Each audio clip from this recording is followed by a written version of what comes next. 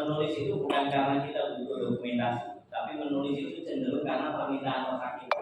Karena gaya belajar kita itu visual, harus ada yang dibaca. Ya, walaupun udah diterangin, tapi tetap dia akan menulis karena otaknya memang minta tulisan, meskipun nanti sampai rumah nggak dibuka-buka lagi. Beneran.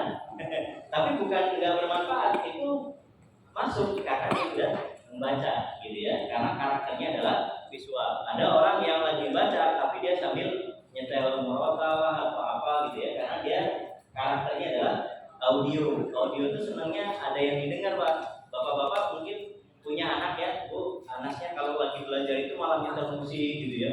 Kalau kata kita mah itu nggak konsentrasi, tapi dia malah kalau nggak gitu justru nggak fokus. Itu karakternya Pak, audio. Audio itu lebih dominan dengan mendengar. Nah kemudian kayak saya nih, saya ini karakternya kinestetik Pak. Kinestetik itu senangnya badannya gerak gitu. Ya meskipun sudah disediain kursi di atas itu kalau sambil diem itu malah nggak ini, nggak maksimal keluarnya ya. Atau mungkin Bapak Ibu kalau yang jadi peserta lihat ada orang pegang pulpen, ada kertas tapi bukannya nulis malah gambar. Ada yang kayak gitu ya. Ada, kemudian pulpennya dimain-mainin, digerak-gerakin. Ya itu karena memang otaknya minta ada pergerakan otot, ya supaya apa? Maksimal. Nah itu namanya orang kinestetik. Ada juga yang nanti kalau dilihat ada temennya yang apa namanya berubah-ubah posisi duduknya, nah itu ada dua kemungkinan. Kemungkinan pertama dia itu memang kinestetik, kemungkinan kedua dia sedang sakit pinggang. Orang yang sakit pinggang itu tidak bisa duduk lama. Ya, biasanya untuk sakit pinggang yang nggak kuat duduk lama itu karakternya namanya spondylolistesis. Jadi spondylolistesis ini bahaya Pak. Bahayanya apa? Karena dia masuk kategori pergeseran vertebra yang tidak wajar. Tidak wajarnya kenapa? Karena vertebra itu posisinya miring ke belakang. Tapi spondylolistesis itu dia jatuh ke depan. Ya, maka disebutnya tidak wajar. Disebut berbahaya karena dia langsung menutup saraf pusat atau central nerve system (CNS) ya. Central nerve system itu atau bahasa lainnya itu spinal cord. Spinal cordnya itu langsung ke tertutup. Jadi kalau nanti sampai ke stadium 5 ya stadium 4 dia itu akan lumpuh. Ya makanya penting sekali. Termasuk juga Bapak Ibu kemarin saya menganalisa orang yang suka fitness. Nah gerakan yang ini Pak dulu sambil ngangkat beban gitu ya, itu sangat berpotensi terjadinya spondylolistesis. Ya kalau yang begini yang fitness itu sering saya pegangin di lumbar 345 itu sudah pada tipis, jadi jarak vertebranya itu sudah sangat dekat sekali.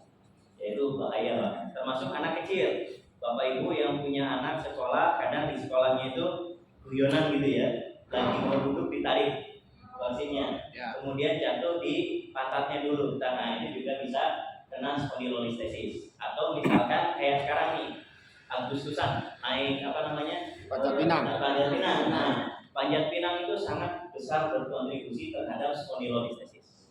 Ya kemudian yang ketiga itu yang ini pengalaman ya, itu profesinya sebagai prajurit TNI ataupun Polri. Ya itu kan ada parkir ini Pak ya, turun apa namanya pakai tali gitu ya. Nah biasanya kalau musim hujan itu talinya licin, jatuh kena pantatnya dulu. Kebetulan dia bawa ransel gitu ya, bawa macam-macam bebannya berat gitu ya. Begitu kena itu langsung jadi spondylolistesis. Nah biasanya kalau di kesatuan itu langsung operasi. Nah cuma banyak yang gagal ya, tapi alhamdulillah kalau stadium 1 dan 2 bisa nggak dengan PTB? Bisa Pak. Ya, jadi untuk stadium 1 nanti tandanya kayak gimana, stadium 2 tandanya kayak gimana gitu ya. Tapi kalau sudah stadium 3 insya Allah masih bisa, cuma harus hati-hati banget. Kalau stadium 3 ya harus sudah jam terbangnya udah tinggi boleh, tapi stadium 4 itu nggak boleh. Itu sudah bukan ranah kita lagi. Ya karena memang si spinal disknya itu sudah habis dan kita udah nggak bisa ngapa-ngapain lagi, itu harus dioperasi memang. Ya, nah, jadi sekarang kita ini lebih cenderung ke preventif. Preventif itu apa? Mencegah. Ya karena saya lihat aktivitas anak kita, masya Allah. Ya anak saya sendiri itu Pak, suka taekwondo. Ya latihannya taekwondo taekwondo pernah ditendang sama, ya namanya bertanding ya pasti ditendang lah ya. Terus dia telepon saya, Umar nih pinggulnya kena tendang, terus rasanya sakit katanya. Oh ya udah nanti Abi ke sana ke pesantren. Nah, saya datengin ke pesantren. Ternyata begitu saya terapi anak saya, teman-temannya juga sama. Teman-temannya nanti Pak saya juga kemarin latihan ditendang pinggulnya sakit. Ya, sekalian aja saya benerin semuanya. Ya itulah pentingnya praktisi. Ya ada juga yang mau masuk ke Jurda, sudah impian dia pengen jadi juara se-provinsi Jawa Barat. Itu dicoret Pak. Kenapa dicoret? Karena standarnya turun, yang kecepatan tendangan, kekuatan dan seterusnya itu sama gurunya, kamu kok performanya turun, akhirnya diturunkan, dicoret dari daftar pelatihan kejuaraan daerah tingkat provinsi. Saya datang ke saya cek, oh ternyata bidang sakitalnya sudah bergeser. Nah, saya benerin 3 kali, alhamdulillah masuk lagi, sudah jadi juara, jadi terapi lagi. Ya, seperti itulah ya. Nah, jadi udah tercapai. Saya pikir kamu kalau sudah juara tingkat provinsi mau naik lagi ke tingkat nasional. Menurut analisa saya gitu. Ternyata dia targetnya beda. Sudah jadi juara tingkat provinsi, selanjutnya dia pengen jadi pelatih. Ya pengen jadi pelatih. Nah, nanti kalau udah jadi pelatih mungkin dia bisa lebih mana-mana lagi. Nah, jadi sebetulnya Pak, ini Nabi Ibrahim dulu ya. Nabi Ibrahim itu belajar mengenai kronologi. Ya, termasuk yang saya ceritakan tadi itu adalah kronologi. Kalau kita sudah tahu namanya, fungsinya, letaknya, ukurannya, pasangannya, batas kekuatannya, tanda-tandanya, nanti kita tahu kronologinya. Ya, bagaimana spondylolisthesis itu terjadi, bagaimana skoliosis itu terjadi, itu kita tahu kronologinya. Ya. Nah, dari kronologi ini semakin detail nama dan kronologi yang kita tahu, maka kita akan disebut ahli. Ya, lihat Pak Habibie. Pak Habibie itu tahu komponen pesawat dari yang kecil sampai yang gedenya tahu kan? Nah kemudian memasang-masangkannya juga ngerti. Kronologi dari sebuah besi yang letak sampai menjadi besi yang bisa terbang itu dia ngerti teknologinya. Maka Pak Habibie itu disebut ahli pesawat terbang. Tapi kalau suruh bikin nasi goreng belum tentu bisa. Ya, karena orang itu punya bidangnya masing-masing. PTP nggak bisa juga. Ya, PTP nggak bisa juga. Saya juga sama nih kalau di lokasi contohnya di Jakarta itu ada kemarin saya terapi di hotel Grand Mercure di Bandung. Itu ada 5 profesor semua. Ya, 5 orang profesor. Tapi profesornya di bidang fikih, bidang tafsir, gitu ya. Mereka pakai korset, udah pakai korset, udah rata-rata pada minum obat penahan sakit ya, anestesi gitu kan. Ya kelihatannya mentereng kalau lagi ceramah di depan gitu ya, hebat. Tapi begitu balik ke belakang itu sakit, nggak bisa gerak gitu ya. Mau ke kamar kecil itu repot, buka-buka dulu ini. Sudah dari kamar kecil dipakai lagi. Dan kalau saya nggak pakai ini nggak bisa jalan saya. Oh ya udah coba Pak, dilepas, saya terapi. Sambil saya jelasin kronologinya. Ya, oh ini Pak, pelvisnya kanan kiri sudah, ini bidang sakital namanya. Jadi kalau yang kanan saya tekan, yang kiri nggak akan terintervensi. Jadi bidang itu masing-masing punya bagiannya, saling berkolaborasi tapi tidak saling mengintervensi. Apa? Saling berkolaborasi tapi tidak saling mengintervensi. Jadi kalau yang kanan lagi gerak ya yang kiri akan diem, gitu ya. Nah, nanti dia bisa menyokong yang kanan kalau dibutuhkan. Ya, tapi kalau yang sudah tidak simetris, kita dorong yang kanan, yang kiri ikut naik. Nah, itu namanya sudah loncat pagar. Nah, loncat pagar ya. Jadi sudah saling mengintervensi kanan kiri. Kemudian nanti kita analisa lagi kalau diangkat ke atas, bagaimana Mbak Hasim yang suka ngajarin ya, kakinya diangkat ke atas, yang lututnya dijepit, itu kita luruskan pinggulnya atau pelvisnya diluruskan. Itu rata-rata sudah nggak ada orang yang begitu disimetriskan itu kemudian dia simetris, nggak ada. Ya rata-rata sudah belok kanan, begitu diambil dari kiri juga belok kiri. Ya artinya bidang sakitalnya sudah jarang yang simetris. Nah, apa sih kerugiannya kalau tidak simetris? Dan sudah lihat, yang pertama tadi adalah munculnya radikulasi atau otot yang kaku. Otot yang kaku ini akan mengendapkan darah. darah akan mengental. Pengentalan darah ada berapa level, Pak? Ada berapa level yang suka membekam? Level pertama namanya, yang kedua, yang ketiga, yang keempat namanya Pak? Nggak tahu juga ya. Tapi sering membekam juga ya. Wis pokoknya darah kotor. Ini disedot, ya ini darah kotor gitu. Sindromnya apa nih? Panas apa dingin? Pokoknya sedot darahnya. Nah, definisi bekam itu apa? Definisinya apa? Menurut Ibnu Qayyim al-Jauziyah apa? Definisinya pokoknya sedot keluar gitu ya. Definisinya apa, Pak?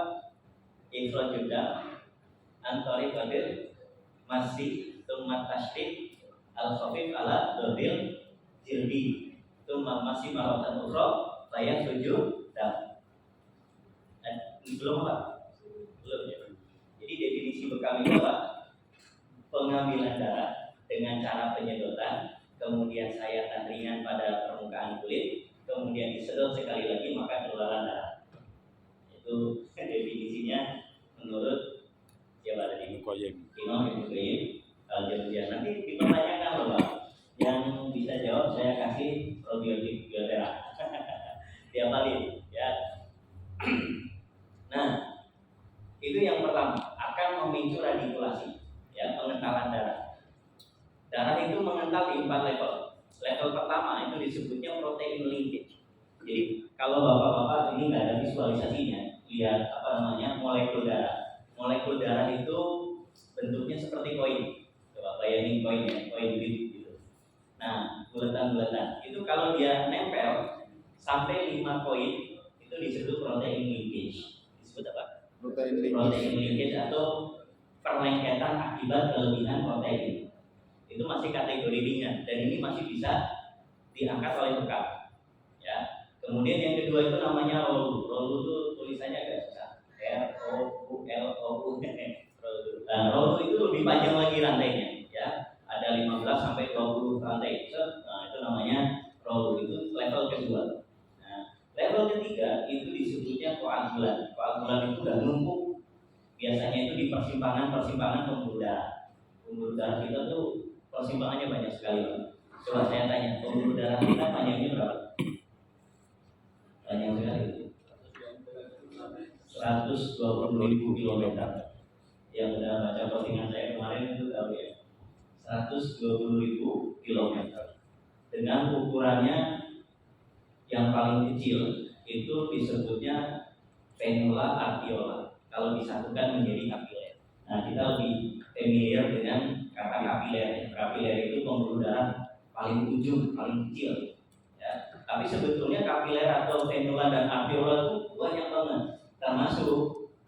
Termasuk yang paling banyak kapiler kecilnya itu adalah di organ reproduksi yang kita bahas sekarang. Ya, makanya kita uraikan dulu dari luarnya, nanti bermuaranya di situ. Ya, karena para ulama itu mengindikasikan kesehatan, Pak.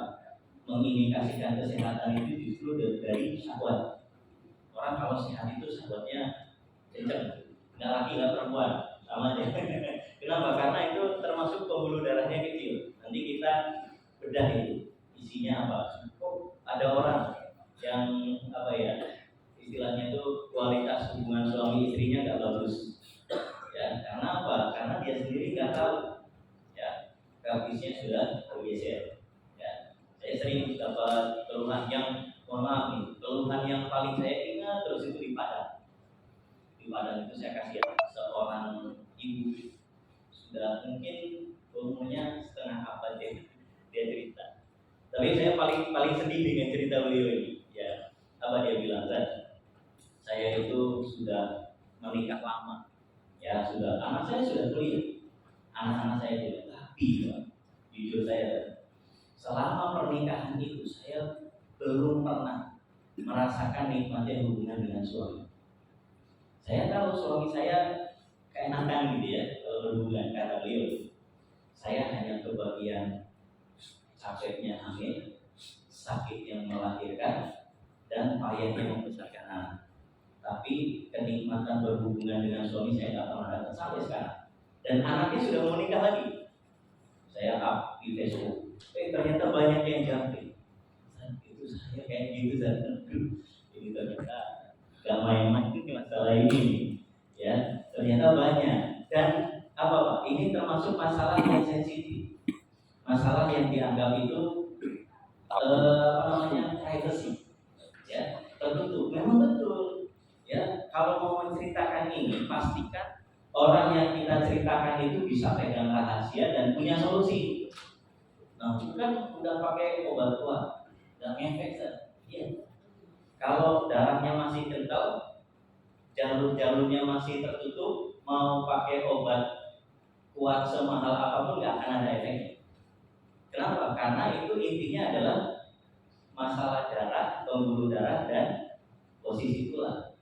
Jadi kalau posisi tulang, saya kadang sedih sekali Pak, mohon maaf kalau saya ke Jakarta kemana itu, saya sengaja naik Grab, naik Gojek itu sambil saya pegangin pelvis drivernya ini.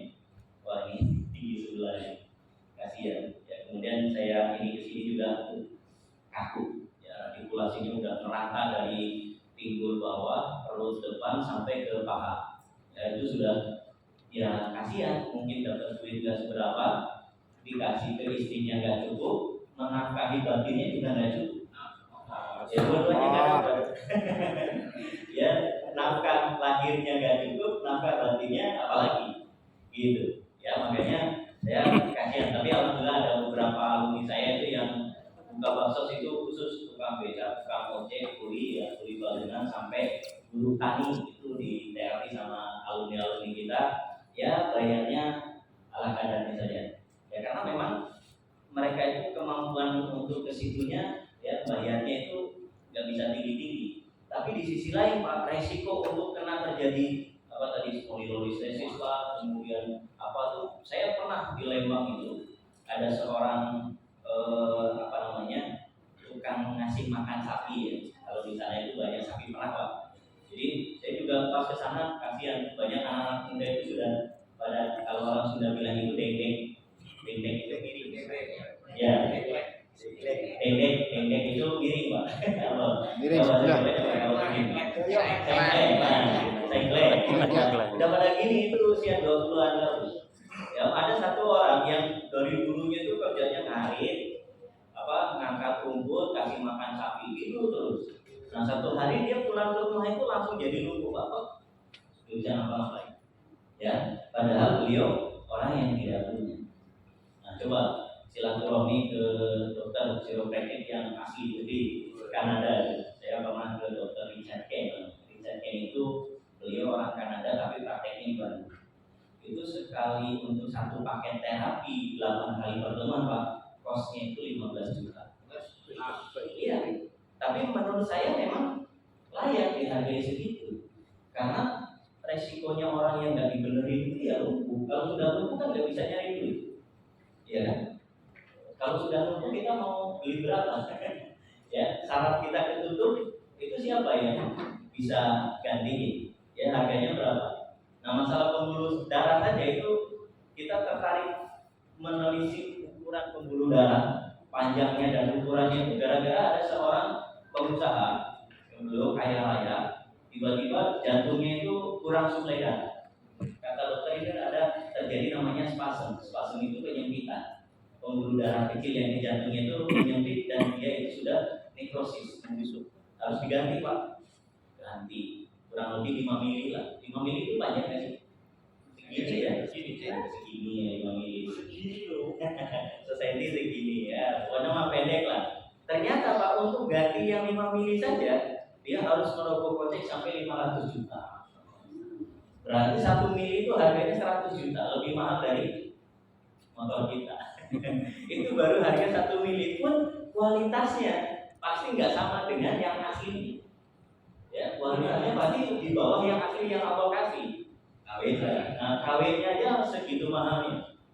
Ya, terus dia nanya, dok, ini sebetulnya pembuluh darah saya itu panjangnya berapa? Dokternya bilang, Masya Allah, 120.000 kilometer. Kalau mau dibayar per 1 milinya itu baru yang kecil loh ya.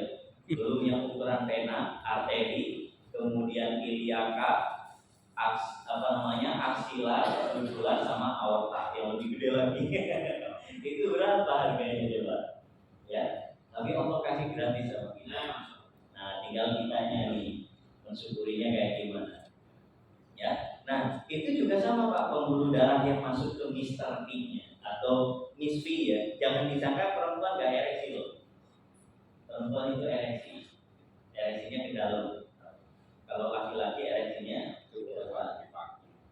Ya, jadi sama sebetulnya, membutuhkan perawatan, ya, dilihat bidangnya. Ya. Tapi ini pengalaman ya Pak ya.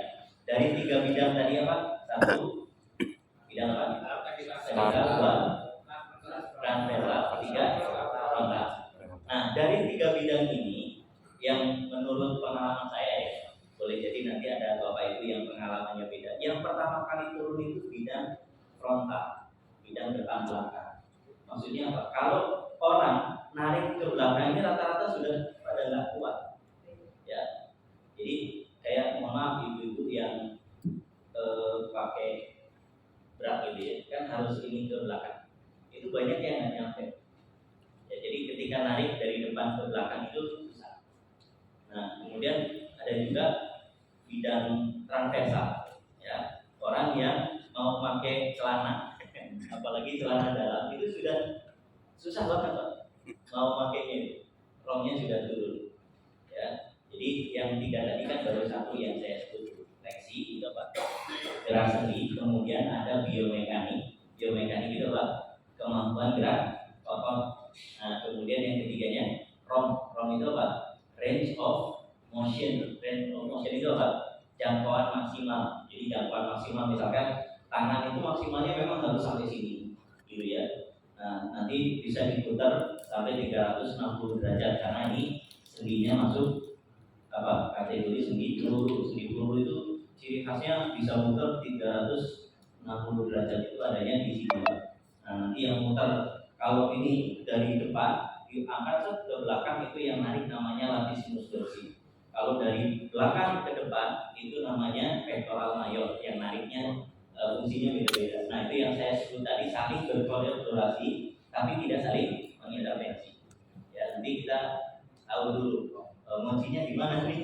Ototnya yang disebut rom turun itu di otot yang mana gitu ya. Kita tahu nanti radikulasi itu terpusat di mana. Nah, di situ Pak, di bekam. Ya, atau kalau yang sudah level 4, pengentalan darah level 4 namanya apa tadi? Belum nyampe ya? Yang level 4 itu namanya FIB. FIBRIN. FIBRINT.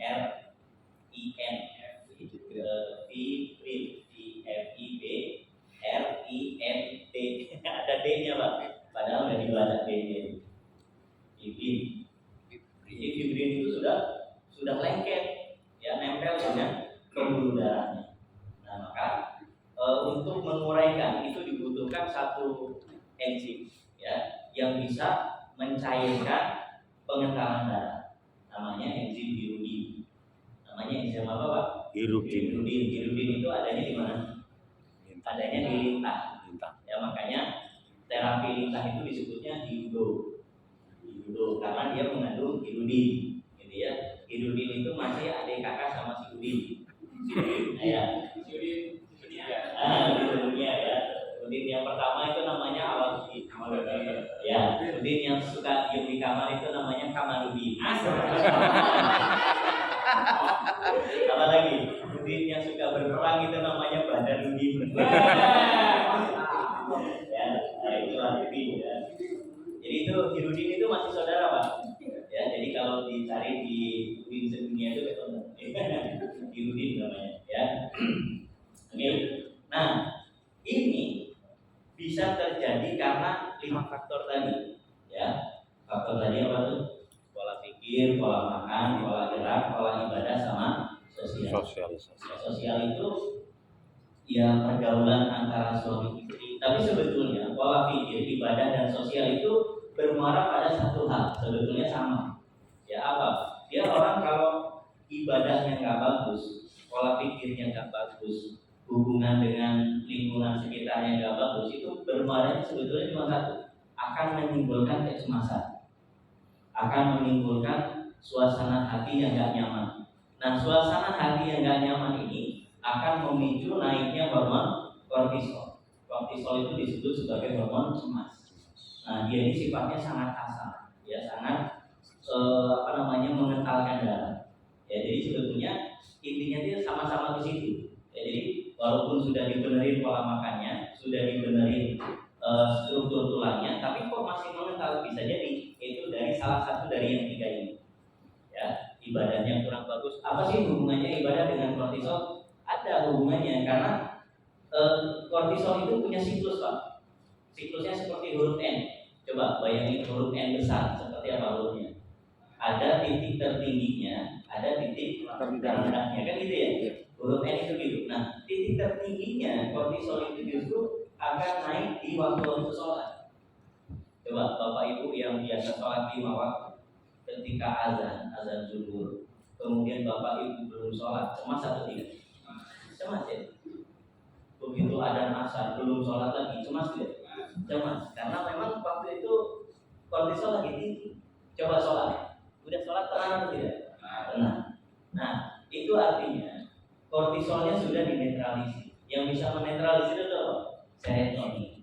Serotonin itu disebut sebagai hormon ketenangan. Kalau bahasa Al-Quran itu apa? Ala bidzikrillahi tatma'innul qulub. Ya, ketenangan itu karena munculnya hormon serotonin. Nah, jadi ibadah juga sama, Pak. Orang kalau sudah ini gitu ya, tapi kok masih pengentalannya tinggi, ya berarti dilihat pola ibadahnya kayak gimana. Coba siapa yang sudah baca Quran 1 juz pagi ini? Siapa yang sudah sholat? Siapa yang sudah ya salat subuh udah? Udah ya, ngasih semua ya. Kecuali yang lagi berhalangan nggak sholat, tapi kan masih bisa baca Quran. Baca Quran itu luar biasa sekali, Pak. Terapi oksigen, ya, namanya Ewot exercise with oxygen therapy. Jadi kita tarik nafas, kemudian ditahan di dada. Di dada itu di mana maksudnya? Di bronkus. Ya, bronkus itu nanti ada ujungnya, namanya alveolus. Nah, alveolus ini tempat bertukarnya oksigen dan CO2. Ya, di situ ada pembuluh darah kapilernya. Nah, jadi CO2-nya dilepas, kemudian oksigennya diambil. Nah, kalau kita sering baca Quran itu nanti wajahnya cerah, Pak. Kenapa? Karena oksigennya tinggi.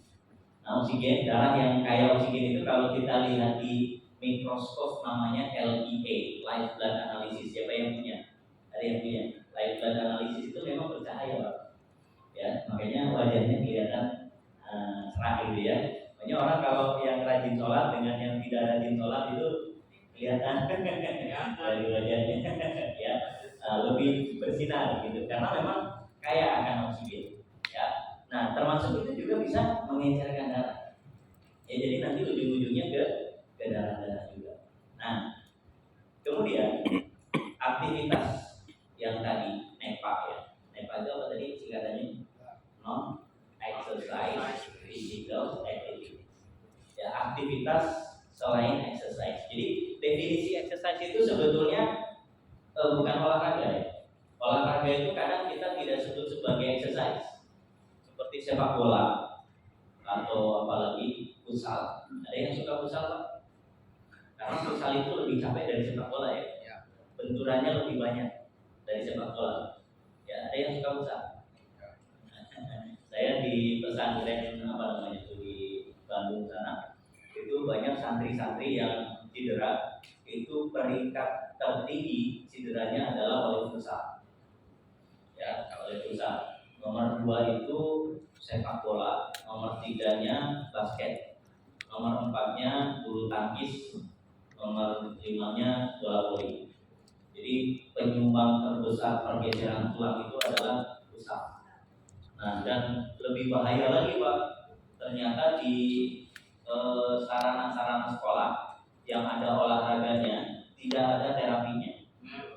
Ya, tidak ada terapinya. Makanya anak-anak itu yang masih usia belasan tahun, ya, itu sudah banyak yang bermasalah. Ada yang terjadi hemoroid, ya, akibat terjadi lordosis di lumbarnya, dia kena hemoroid.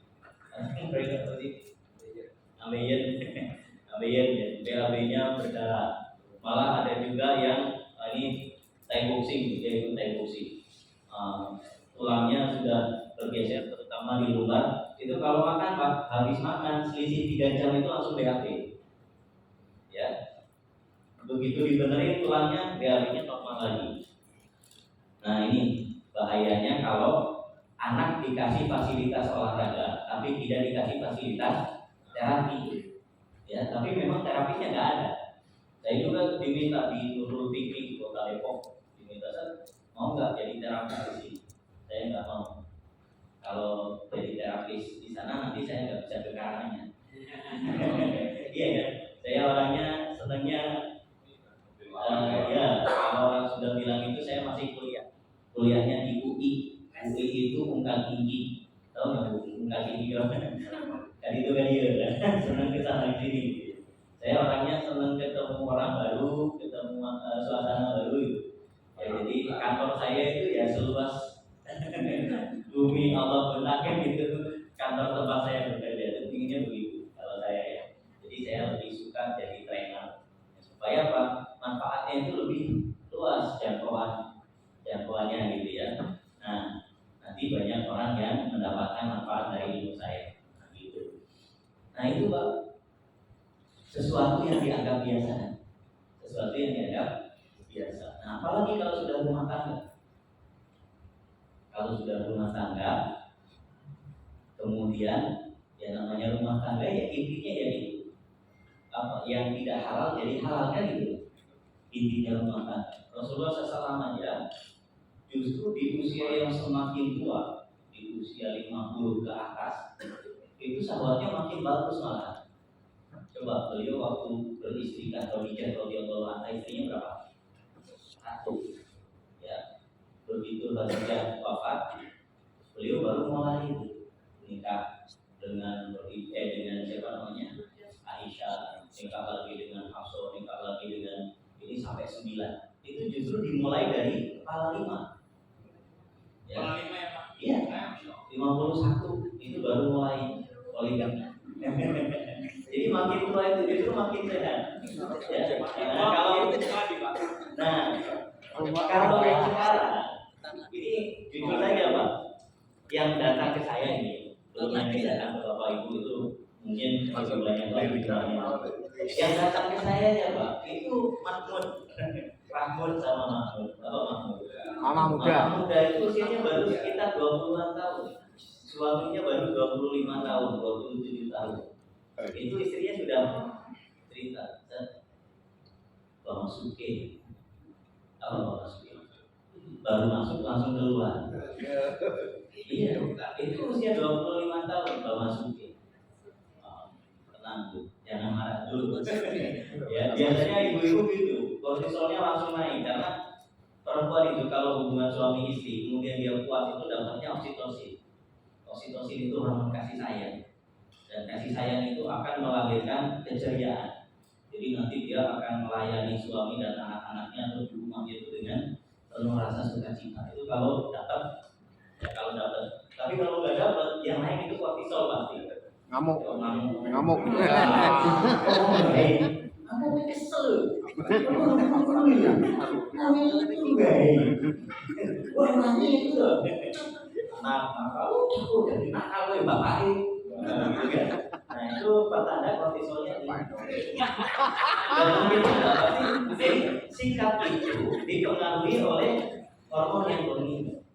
Ya kalau bangun tidur nggak sholat subuh, anaknya ngokol dimarahi, kamu sudah gede kok masih ngokol gimana? Itu kortisolnya nih. Tapi kalau dia bangun sholat subuh, kortisolnya sudah turun, digantikan serotonin, ya apalagi dikasih oksitosin sama bapaknya, ya anaknya ngokol itu malah dipeluk, anak bumi ngokol diganti celananya gitu, ya bahasanya akan lemah lembut. Kenapa? Karena dia dipengaruhi atau didominasi oleh serotonin dan oksitosin. Nah, itu gara-gara apa? Gara-gara bapaknya jos. Iya, nggak Bapak Suke. Ada juga itu kalau istilah Bapak Suke, Bapak Suke itu dari Pekanbaru. Itu dari murid-murid saya untuk suami saya Bapak Suke. Saya tadinya tuh mikirnya Naruto Pak. Naruto Sasuke. Naruto di Naruto itu yang di film kartun. Saya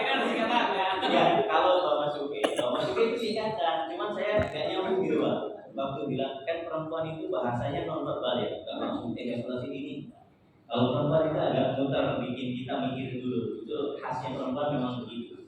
Kalau masuk itu namanya sesuke. Bukan, kalau masuk itu baru masuk sebentar, langsung keluar lagi. Oh gitu. Jadi masuk sih masuk, tapi nggak lama langsung keluar. Masuk sih masuk. Iya. Ada juga yang Bambang Sasuke. Apalagi Bambang Sasuke. Bambang Sasuke itu baru masuk sama istrinya digoyang sedikit langsung keluar lagi. Jadi kasihan istrinya belum apa-apa gitu. Ya, nanti Bapak cek di Cornell Clinic, Cornell Clinic di Google atau di apa. Itu bikin survei Pak, survei. Ya, walaupun namanya survei ya, sifatnya relatif. Itu dari 6.000 atau 3.000 perempuan yang disurvei sama mereka itu rata-rata berapa lama bisa mendapatkan kepuasan ketika berhubungan. Nah, itu macam-macam jawabannya. Ada yang 15 menit, 10 menit, tapi ada yang 30 menit. Ya, ada yang 1 jam juga. Tapi yang mayoritas dari 6.000 orang itu adalah 30 menit. Maka dijadikan standar. Jadi laki-laki disebut level bawah. Laki-laki level bawah itu kalau dia bisa di atas 30 menit. Ya, karena perempuannya 30 menit gitu ya. Meskipun tidak ini level bawah loh, baru level bawah. Level atasnya itu dia bisa kontrol. Kalau dia belum mau ya belum. Ya mau istrinya sudah dapat 3 kali, 4 kali, 5 kali, 10 kali sekalipun, kalau suaminya belum mau ya belum. Gitu. Jadi namanya multiple orgasm. Jadi ini suami yang bagus itu bisa memberikan multiple orgasm, itu yang paling bagus. Jadi sekali hubungan istrinya 3, suaminya belum. Ya, istrinya udah 3 kali, 4 kali dapat gitu ya, suaminya belum. Nah itu yang bagus. Itu namanya tingkat atas, ya, level atas dari kekuatan seorang suami. Nah caranya gimana gitu ya? Caranya gimana?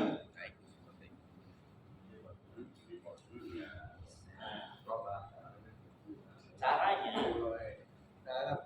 jadi nanti kalau di buku ini lengkap dengan ilustrasinya ya. Jadi darah kita ini harus melalui pembuluh-pembuluh yang sangat kecil, itu jumlahnya 80%. Ya menurut siapa? Menurut Steve Parker. Ini kalau referensi saya itu salah satunya adalah Steve Parker. Itu 80%. Ada yang menyebut selain beliau itu di atas 80 malah. Ada yang menyebut 85, tapi ada juga tergantung referensinya lah. Tapi yang jelas jumlah pembuluh darah terkecil kita yang disebut venola, arteriola itu paling banyak. Ya, paling banyak. Ya, termasuk di antara yang terkonsentrasi banyak banget itu adalah di kelamin. Ya. Jadi sebesar apa? Kalau darah kita itu ukurannya 8 mikron, 1 mikron berapa? 1 mikron itu 1 juta dibagi 1 meter dibagi 1 juta. Seper 1 juta meter. 1 meter berapa sih? Ini ya, bagi 1 juta. Kecil banget. Nah, itu ukurannya segitu. Jadi kalau darah kita itu 8 mikron, maka pembuluh darah terkecil juga sama. Segitu. Jadi darah itu ibaratnya ruangan itu lepas banget, Pak. Kayak pintu gitu ya. Pintu untuk kita masuk itu sama dengan tingginya kita. Jadi kita masuknya gimana? Ya harus hati-hati. Kalau kita masuk berdua bareng-bareng bisa tidak? Tidak bisa. Ya. Nah itu tadi pengentalan darah. Terjadi pengentalan darah ya di sekitar otot, namanya otot apa?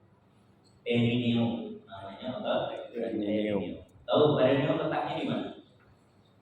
Kalau Bapak Ibu pengen buang air kecil, kemudian ditahan, maka kita akan mengaktifasi otot perineum itu. Nah, kelamin, betul. Nah, itu masuk kategori otot terkecil di tubuh kita. Kalaulah dia nggak berfungsi untuk menahan pipis, kita nggak tahu kalau kita punya otot itu ada gitu ya.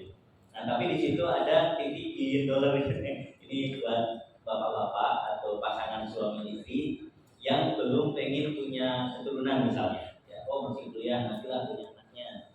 Cara gimana? Jadi ketika berhubungan, ketika sudah merasa mau ejakulasi, itu titik perineumnya ditekan Pak. Nah, nanti dicek ya punyanya masing-masing. Itu ada seperti jendolan gitu ya. Itu kalau ditekan, kemudian mau ejakulasi, itu ejakulasinya nggak jadi. Ya, maksudnya tidak ada sperma yang keluar, tapi rasanya tetap sama, gitu ya. Rasa ejakulasinya ada, tapi tidak ada sperma yang dikeluarkan. Nanti udah coba. Jadi begitu mau keluar itu ditekan sini, gitu ya. Nah, nanti nggak jadi keluar, tapi rasa nikmatnya tetap ada. Ya, cuman efek buruknya adalah apa? Dia akan terserap lagi, masuk ke dalam dan khawatirnya jadi nekrosis, terjadi pembusukan. Jadi itu harus dikeluarin dulu. Cuman ya kalau misalkan sensasinya di dalam, tapi di luarnya keluarnya nanti di luar itu bisa diatur. Nah, kalau tahu titik itu namanya ya, titik apa namanya tadi? $1 billion itu kata mereka ya. $1 billion itu nggak bisa digambarkan. $1 billion itu jutaan dolar maksudnya. Ya. Nah, jadi darah itu juga kadang-kadang melalui pintu yang lebih kecil daripada ukurannya sendiri. Tuh kan, udahlah dia harus melalui pintu darah yang ukurannya sama dengan badannya dia, dan itu jumlahnya banyak. Kalau saya masih ingat itu, Dr. Tauli itu menghitung detak jantung. Ya, beliau nanya dengan panjang 120.000 kilometer, ya, kemudian banyak tikungan-tikungannya, banyak simpangan-simpangannya, banyak juga yang kecil-kecilnya. Itu kira-kira butuh waktu berapa lama bagi jantung untuk mengalirkan darah ke seluruh tubuh? Ya, itu dihitung sama Dr. Tauhid merasa ketemunya berapa? Ternyata walaupun jaraknya segitu jauh, coba Bapak asalnya dari mana? Sidoarjo di sini perlu waktu berapa lama? 3 jam. Jaraknya berapa kilo? 200 kilo aja 3 jam ya Pak ya. Kalau 120.000 kilo berapa jam? Bukan jam lagi hitungannya, bisa berbulan-bulan ya. Mungkin begitu Pak. Tapi hebatnya jantung, walaupun dia harus mengalirkan darah segitu jauhnya, ternyata hanya butuh waktu 12 detik. Ya, jadi per 12 detik itu tubuh kita selalu teraliri oleh darah, tidak ada yang tersisa, kecuali kalau memang darahnya kental. Ya, darahnya kental. Maka orang yang darahnya kental itu jantungnya suka bengkak. Bengkak itu maksudnya apa Pak? Kayak orang fitness ya. Ada yang fitness. Kalau fitness terus begini kan ininya membesar. Otot bisepsnya membesar ya. Nah, itu namanya bengkak. Ya, kalau jantung sampai membengkak seperti itu akan membuat ruang jantungnya mengecil. Ya, bisa terjadi apa namanya? Tekanan darahnya bisa turun. Nah, ini hati-hati nanti kita ini lagi sama Profesor Jim Paul Mamahit namanya. Barusan saya share di YouTube. Nah, kecuali di YouTube PBTN itu, ya, itu beliau mengatakan kalau tekanan darahnya sering rendah, itu sering terjadi penyakit yang turun berong, turun anus, pokoknya yang sifatnya turun gitu, turun peranakan, turun ini itu akibat dari tekanan darah yang sering turun atau yang sering darah rendah. Nah itu penelitiannya Profesor Jim Paul Mamahit, nanti bisa dilihat di YouTube juga ada. Orangnya botak terus. Saya tanya kenapa kok rambutnya nggak pernah dipanjangin? Dia meneliti tentang tahalul. Ternyata direktur tahalul dia, yang namanya profesor gitu ya, segala diteliti dan ternyata beliau mendapatkan manfaat daripada tahalul aja terus. Nggak umroh, nggak haji juga, tahalul terus. Jadi senang membotakin rambutnya, gitu ya. Nah, apalagi darah ini juga harus melalui sela-sela yang ukurannya lebih kecil daripada darah itu sendiri. Jadi darah itu punya sifat namanya deformabilitas. Deformabilitas itu apa? Dia bisa masuk ke pintu yang lebih kecil dari badannya tanpa merubah apapun. Ya, beda dengan bayi itu keluar itu dia berubah-ubah. Ya, bayi itu kan 3 kilo. lewat pintu ibunya. Dulu bapaknya masuknya berapa kilo kan kecil ya dibandingkan sama anaknya gitu ya. Tapi keluarnya kan gede, ya lebih gede daripada pintunya. Nah itu kalau keluar itu berubah-ubah, makanya harus didorong, diapain supaya untuk mengembalikan lagi susunannya. Nah tapi kalau darah enggak, dia bisa masuk ke 8 mikron, ada pintu yang 3 mikron, dia bisa masuk tapi dia tidak berubah apapun. Nah itu namanya sifat deformabilitas. Nah intinya nanti yang kita tuju itu namanya korpus. Berapa ya? Saya cari dulu. Namanya korpus, ada dua. Korpus itu ada dua.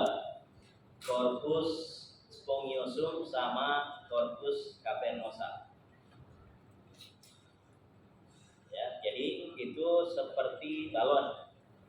Ini kalau di buku halaman 11. Ya, halaman 11. Sudah punya bukunya? Belum. Oh iya ya. Nanti kalau udah punya bukunya dilihat di gambar nomor 11. Itu seperti balon. Jadi dia itu bisa kecil kan. Kalau balon itu diisi angin, kemudian jadi gede, gitu kan. Kalau korpusnya laki-laki itu isinya bukan angin, tapi darah.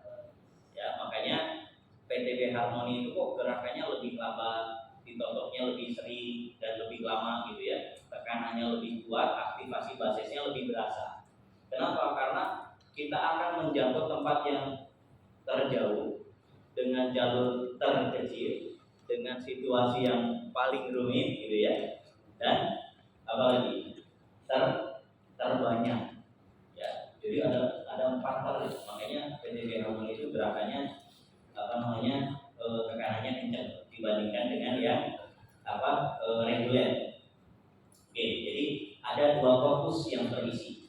Kalau terisi penuh, maka ibarat balon itu dia bisa membesar sampai ke ukuran terbesar. Saya sering ditanya, Pak, kalau udah ngomongin ukuran tetap aja muncul pertanyaan.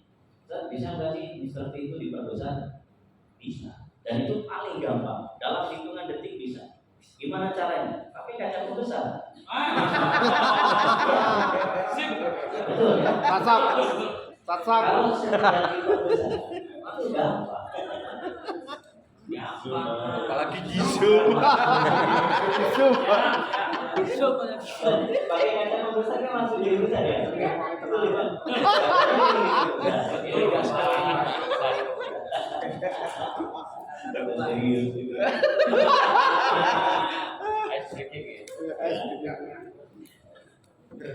Jadi sebetulnya bisa jadi kita itu belum pernah lihat ukuran aslinya. Bisa jadi banyak beberapa siapa tuh temannya Mas Kamul yang dari Klaten, siapa namanya yang dulu pelatihan di Bintan sini, Mas siapa namanya? Itu kan saya jadi model tuh PTB Harmoni.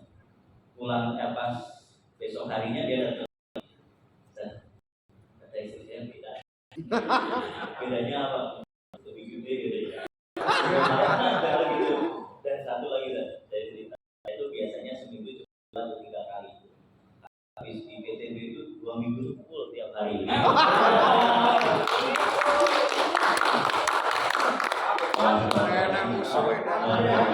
Itu saya lupa namanya.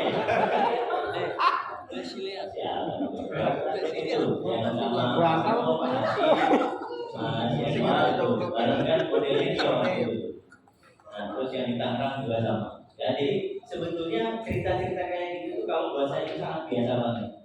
Ya sangat biasa banget. Nah, saking seringnya, termasuk yang kita rapi sama Mas Mul, sama Mas Auris, sama Mas Asadullah, Pak Hasim itu ceritanya ya nggak jauh-jauh dari yang kayak gitu. Beda pokoknya. Tapi kan justru itu intinya ya. Betul. Nah, yang paling ini tuh malah si siapa namanya Asadullah itu ceritanya. Dia terapi orang yang udah lemas lah pokoknya. Udah berapa lama nggak on gitu. Nah, begitu di terapi harmoni sama Mas Asadullah itu istrinya telepon. Ini orang Sukoharjo sih, bahasanya ya bahasa Sukoharjo. Mas, bojoku bukan pakai dong. Tapi pun aku, tapi semoga orang makin.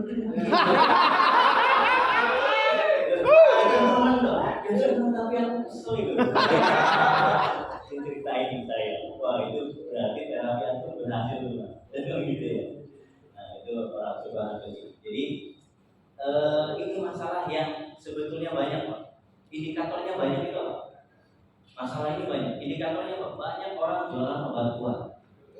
Iya kan? Betul. Wah di pinggir jalan itu sedia obat kuat, sedia pil itu menunjukkan konsumennya banyak. Belum lagi di marketplace. Coba ketik di Shopee, di Bukalapak, begitu kita klik obat kuat banyak banget. Itu menunjukkan konsumennya banyak, menunjukkan masalah itu adalah masalah yang sangat luas. Ya. Dan ini surveinya teman saya. Beliau juga punya metode menguatkan itu ya. Nah, beliau mensurvei katanya nih, menurut hasil survei beliau di Indonesia dia sudah keliling kemana-mana. Saya hampir kalau kemanapun saya ketemu sama alumninya beliau. Gitu. Nah, dia bilang, itu kalau menurut hitungan saya dari semua laki-laki yang ada yang sudah pernah saya survei, kesimpulannya cukup mengerikan. Apa? 70% laki-laki di Indonesia ini kata beliau, ya itu maksudnya edukasi, ejakulasi ini tanpa hasil. Hasilnya dimarah-marahin sama istrinya. Iya, bawa supir, bawa bisa supir. Nah, kategorinya itu. Nah, jangan-jangan ada yang masuk kategori 70% itu. Ya. Nah, ini masalah serius. Kenapa? Karena berhubungan suami istri itu adalah ibadah. Ya, nanti orang akan meninggalkan ibadah. Nanti akan timbul perceraian. Nah, di kantor urusan agama Kota Bandung itu dari urutan penyebab perceraian, ejakulasi dini itu mendapat rating 30%. Tinggi atau tidak? Tinggi. Istri menggugat cerai suaminya gara-gara suaminya. Oh iya. Nah, malah ada yang mohon maaf nih, terjadinya kemaksiatan sampai ada yang bikin iklan di Facebook perempuan. Siapa yang bisa memuaskan saya? Suami saya nggak bisa. Ditantang. Suaminya juga nggak larang Pak. Kenapa? Karena dia merasa juga seperti itu. Ya, terjadi perselingkuhan ya gara-gara itu. Dan bahkan ada yang suaminya itu meridoi, ya ridho saja. Kenapa? Karena merasa tidak bisa menafkahi dari sisi itu. Ya, jadi terjadi efek dominonya itu bisa sampai ke hal-hal yang bisa merusak moral. Ya, karena perempuan itu ya kalau sudah kortisolnya tinggi, lepas kontrol, lepas aurat juga. Ya, akhirnya auratnya, apalagi sekarang zamannya zaman digital, ya, diumbarnya di digital, ya, laki-laki gampang mengaksesnya. Nggak harus langsung orang kira gitu. Dan nanti dia bikin apalagi kasih nomor HP dan sebagainya itu kan bisa menggoda gitu ya. Godaan kita akan semakin kuat. Nah, oke. Sekarang kita harus bikin dulu nih. Ya, kita bikin fokus. Bapak Ibu sudah fokus atau sudah mulai goyang kemana-mana? Mulai goyang Pak. Mulai goyang kan? Nyantok. Saya cek lagi nih, saya cek. Sekarang pakai suara ya, pakai suara. Bapak Ibu tahu binatang gajah? Tahu ya? Tahu. Gajah itu besar apa kecil? Besar. Oke, kalau saya bilang gajah, Bapak Ibu jawab besar. Coba, gajah Besar. Nah, kemudian ditambah ilustrasi pakai tangan. Gajah besar. Tangannya gitu. Kalau besar kan tangannya gini ya. Nah, coba saya bilang gajah Besar. Pakai dua tangan tuh. Besar. Nah, oke. Sekarang semut itu besar apa kecil? Kecil. Ilustrasinya begini. Semut Kecil. Oke. Saya ulangi lagi. Gajah Besar. Semut Kecil. Oke, sekarang ular. Ular itu panjang apa pendek? Panjang. Ilustrasinya begini. Ular Panjang. Panjang kan gini. Nah, coba saya tanya. Ular Panjang. Nah, kalau cacing panjang apa pendek? Pendek. Kalau saya bilang cacing pendek gitu. Oke, cacing Pendek. Oke, saya cek dulu. Gajah Besar. Semut Kecil. ular Panjang.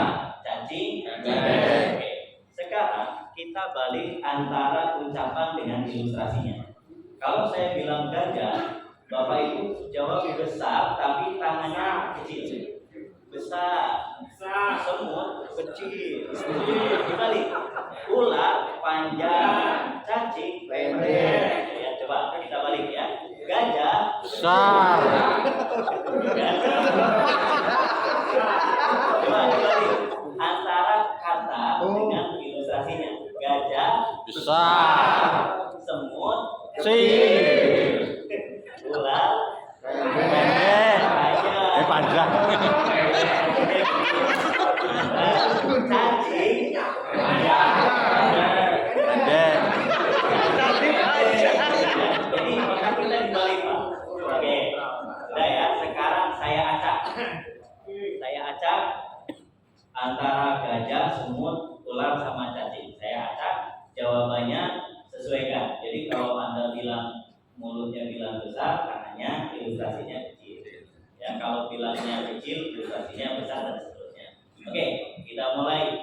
Ular Panjang. cacing Pendek. semut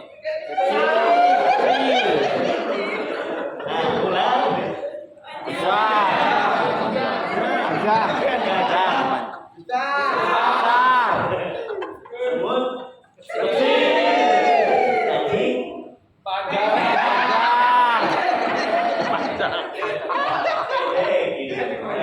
ini sudah kelihatan nggak fokus. Sekarang saya mau tantang 5 orang maju ke depan.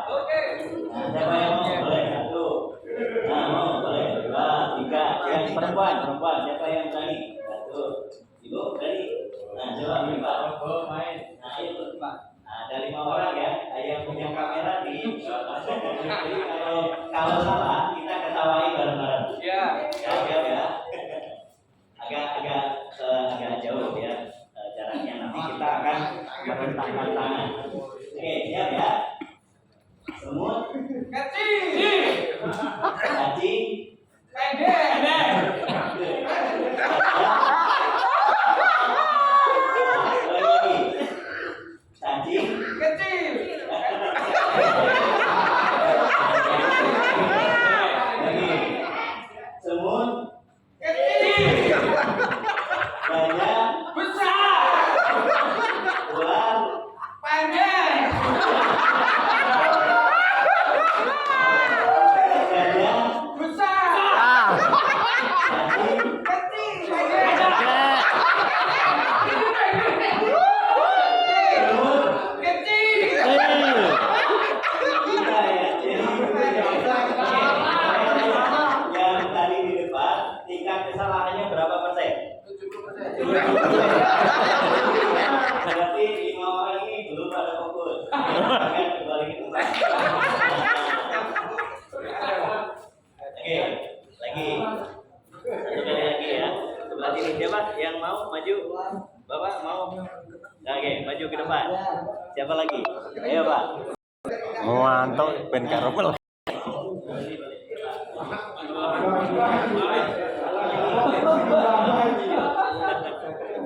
Diabadikan ya, nanti supaya kalau salah kita bisa ingat kita pernah salah. Nah, kita ukur fokusnya ini. Mana satu lagi? Kurang satu. Siapa yang mau? Ayo Pak. Boleh. Nah, oke ya. Konsentrasi dengarkan instruksi dari saya. Nanti suara banyak, ya. Tapi yang harus diikuti adalah instruksi dari saya. Nah, itu latihan fokus juga. Oke, siap ya. Semut.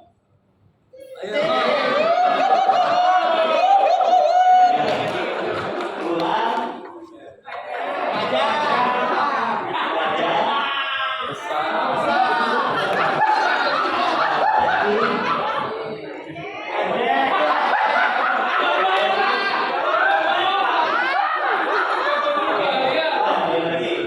Kita lanjut lagi. Cacing.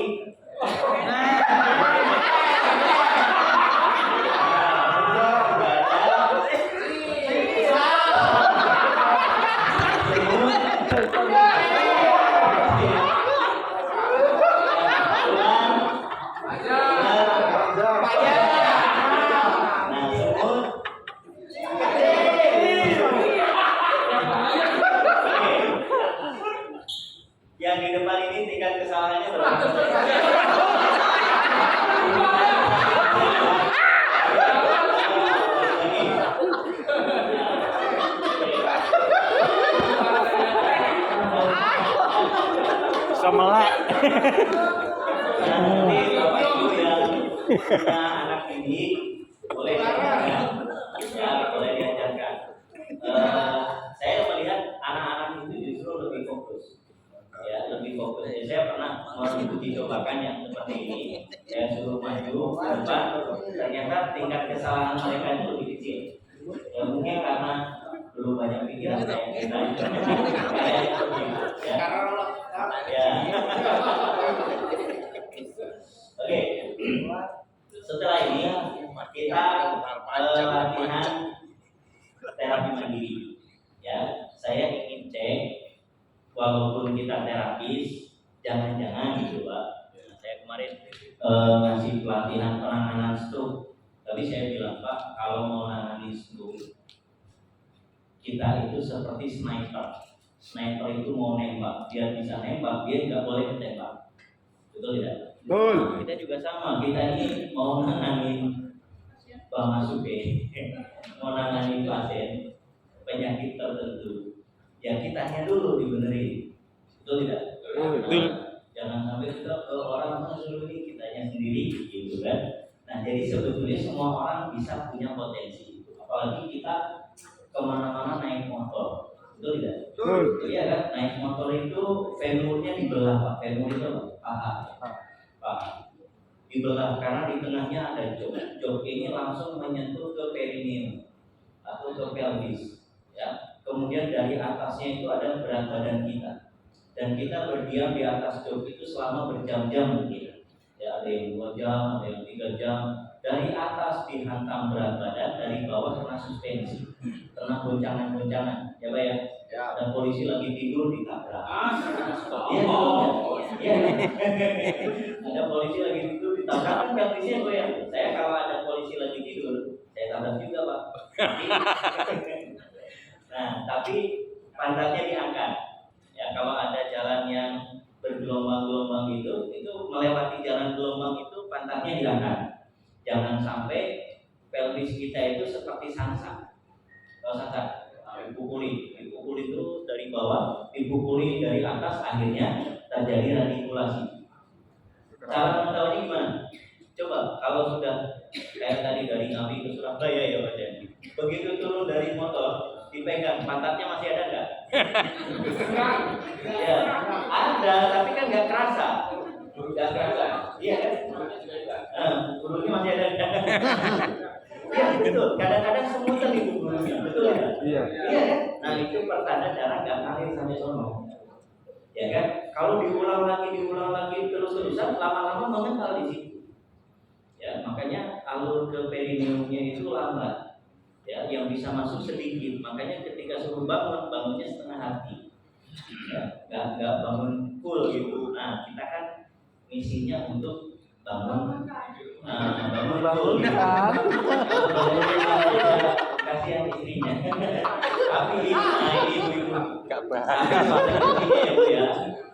Kalau sudah suaminya diajarin, agak turun-turun ya itu konsekuensinya. Ya nanti siap-siap. Kalau kita juga sama nanti dicari sama emak-emak ya minta dibantu nih suaminya gini nanti gitu. Saya pernah waktu di Jogja, ya gitu. Tapi yang curhat suaminya, istrinya nggak tahu. Yang curhat suaminya cerita sama saya kasihan sekali karena ya gitu ya kayaknya berluas gitu kalau ya malam itu saya terapi suaminya. Begitu di terapi mungkin dipakai aja pas ketemu sama istrinya. Nah besok paginya tuh kelihatan oksitosinnya tinggi ya, dia jadi tiba-tiba jadi ramah banget sama saya. Ustaz, teknik sarapan apa di sana ada ini loh, berapa kali saya ketemu beliau, dia nggak pernah nawarin dengan cara seperti itu. Tapi hari itu dia waktu dia ngerti, malam harinya itu kan saya terapi suaminya. Nah pagi harinya tuh mau soto yang enak loh. Nanti ya Mas ya kita ada besar di sana ya makan soto. Begitu di bawah soto, Ustaz pilih aja ini. Itu cara mengungkapkan perempuan itu non-verbal. Tapi sudah.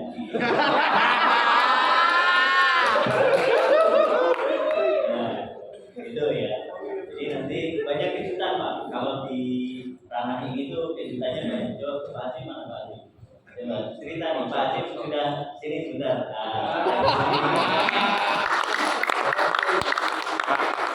Cerita apa aja nih yang sudah pernah beliau dapat nih? Ceritakan satu aja ya, biar rame. Pilih yang paling rame Pak, paling seru, paling seru. Bismillah ini dari testimoni tentang PTB Harmoni ini memang lucu-lucu ya, dari yang hanya sekedar sinyal. Jadi kalau dulu itu tadi kan sampai tidak hanya sinyal ya, tapi sudah ekspresi. Tadinya kemarin sang kegirannya juga seperti itu, dan saya juga sama. Jadi kita terapi suaminya, itu awalnya kita datang terapi istri itu ya biasa-biasa saja. Ya sudah ikut dimanggapin untuk itu pakaian pijat, kesel itu aja. Jadi enggak ya ramah ya biasa. Begitu saya terapi, saya buatkan cerita di PTB Harmoni ini. Ya sesi 1, kemudian saya sambung dengan PTB Harmoni. Terus besoknya 1-3 saya yang laki ini minta untuk diterapi lagi. Itu sudah lagi kesalahan namanya sama persis sama beliau. Tiba-tiba itu sudah tehnya ada dan buka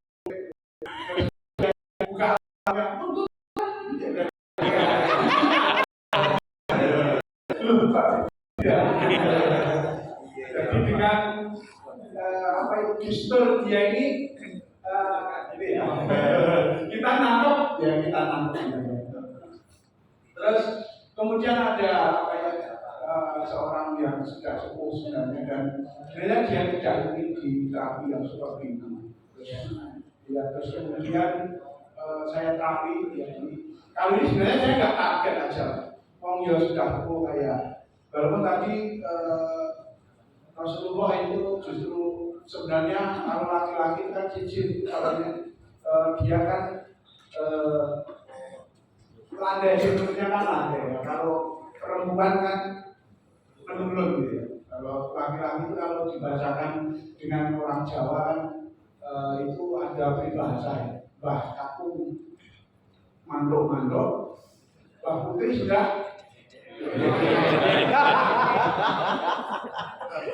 ini juga sinyal. Ada orang tua itu ya saya sesi 1, terus kemudian saya tambahin harmoni. Ya, itu kemudian itu ini beda, tapi kalau ini jadi beda. Lucunya bertolak belakang dari cerita yang pertama.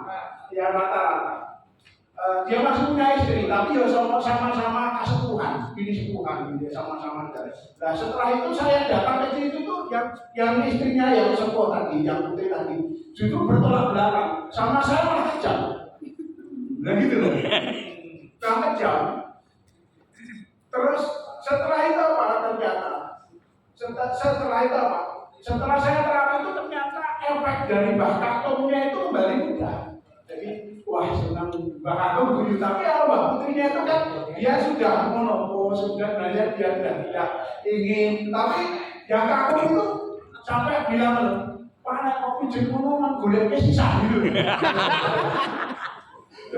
Mbah Kakung itu kalau jenengan pijeti kakung itu nang golek sisa. Jadi artinya apa?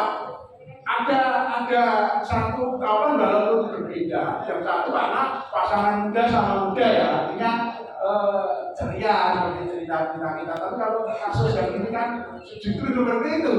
Jadi artinya sama, walaupun hasilnya tidak sama. Walaupun orang tua, tapi kemudian kita terapi dengan sebaiknya ternyata orang tua juga bisa bergembira gitu ya. Laki-laki kan kadang laki-laki itu kalau sudah tua hiburannya mau apa ya kan ya.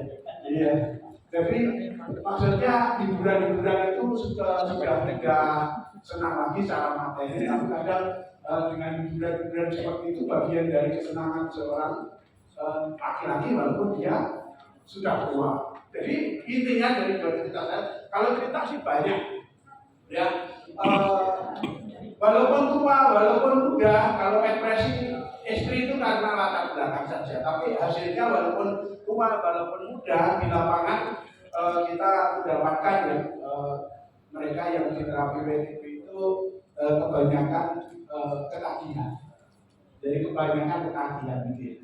Nanti yang sudah belajar PTB ke saya, dan alhamdulillah mungkin mumpung saya kelingan hari ini salah satu keberkahan ilmu itu adalah ilmu al-adab. Adab itu sebelum ilmu. Jadi dan sangat ilmu itu adalah tanda dari barokahnya ilmu, dan salah satu program PBTN yang kemarin kita gulirkan trainernya saya, insya Allah alhamdulillah pada pagi hari ini kita sanatkan kepada beliau. Dan nanti setelah ini tadi Mas Fatoni itu juga sudah membuktikan ya tentang kaidah-kaidah yang diberikan oleh para ulama tentang ilmu, diantaranya adalah ya itu orangnya ada Mas Fatoni ya, dari kaidah salah satu pesan beliau itu mengatakan, wah dulu saya belajar kali jenengan itu efeknya belum begitu luar biasa dasar, sudah dasar tapi belum begitu luar biasa. Begitu saya disanarkan kepada beliau, barokahnya jadi luar biasa. Itu beliau ya. Jadi seperti itu, insya Allah dari saya adalah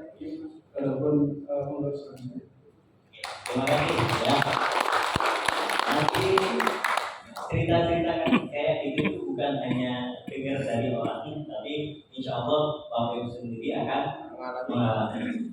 Kemudian kalau efeknya untuk perempuan itu juga sama ya. Jadi saya sering bilang ke teman-teman terapis, kalau istrinya yang terapi, insya Allah istri kita itu akan jadi 10 tahun lebih muda. Iya, bisa jadi. Karena apa? Karena kencang lagi. Ya. Oke. Jadi untuk uraiannya sementara kita cukupkan dulu. Kita lanjut ke terapi mandiri. Jadi nanti terapinya itu bisa dilakukan sendiri untuk menguraikan radikulasi tadi ya. Kekakuan otot di sekitar terutama paha ya, paha. Makanya saya sebetulnya PTB Harmoni itu ungkapan ada rasa kecewa gitu, kesel sama seorang sensei. Beliau seorang yang profesional yang ilmunya tinggi tapi agak kurang mau berbagi. Nah waktu itu di forum yang ya seperti seminar yang membahas bahasanya sama, itu ada seorang Mahmud ya, mama muda yang masih muda itu bertanya ke sensei itu, gimana caranya supaya suami saya itu bisa strong gitu. Itu jawabannya sambil beliau meninggalkan forum. Gampang bu, pijitin aja pahanya, cuma gitu doang gitu. Nah, pijitin pahanya itu kan gimana cara pijitnya? Pahanya bagian mana? Bagian dalam, bagian luar, bagian depan, bagian belakang. Ya caranya bagaimana? Kekuatannya sebagaimana itu gak dijelasin Pak. Cuma dijawab udah pijitin aja pahanya beres. Nah cara pijitnya gimana kan harus tahu kan gitu ya. Nah makanya saya ajarkan sekalian ya sebagai jawaban dari beliau meskipun Bapak Ibu nggak nanya.